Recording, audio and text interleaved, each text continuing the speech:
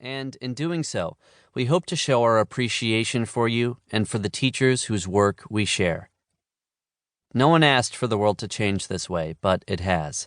As teachers, that means there's work to be done. If you're hearing this, you realize and embrace that fact. We're grateful to you, and our goal is to pay you back for that commitment. And the good news is that it's not just that teachers have jumped in the face of difficulty and done the work. It's that they have done the work and begun to find solutions to the difficult day-to-day challenges of remote teaching. Whenever difficulty presents itself, there is always some teacher somewhere who finds a solution. Facing the new normal now. In facing new teaching challenges, it's important to remember that while so much of the work has changed, we all now know what Zoom is, for example, much also remains the same. The fundamentals of teaching and the relationships that we know from our previous lives still very much apply.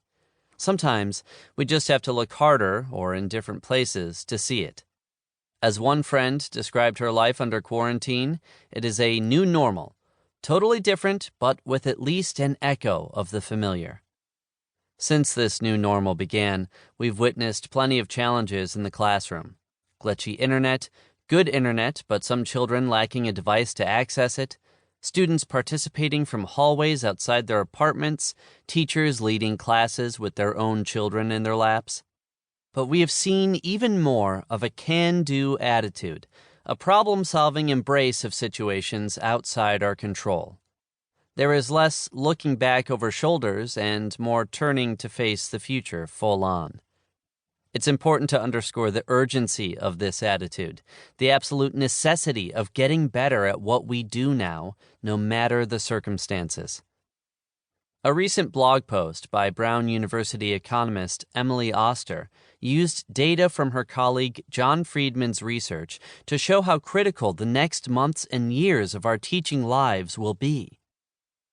Friedman took data on student progress from the online math platform Zearn, charted it longitudinally, and disaggregated it by income level.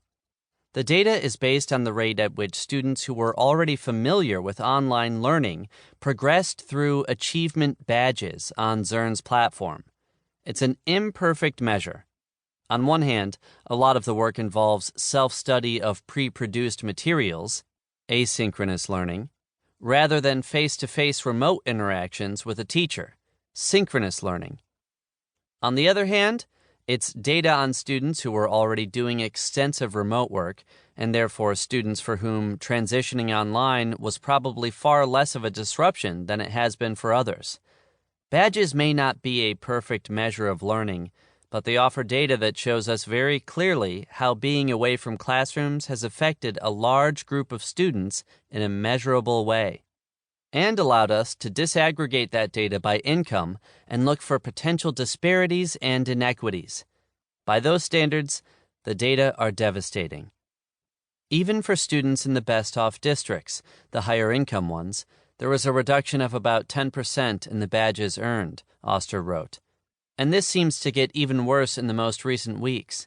For students in middle and lower income school districts, the results are a disaster. There appears to be about a 60% drop in badges earned.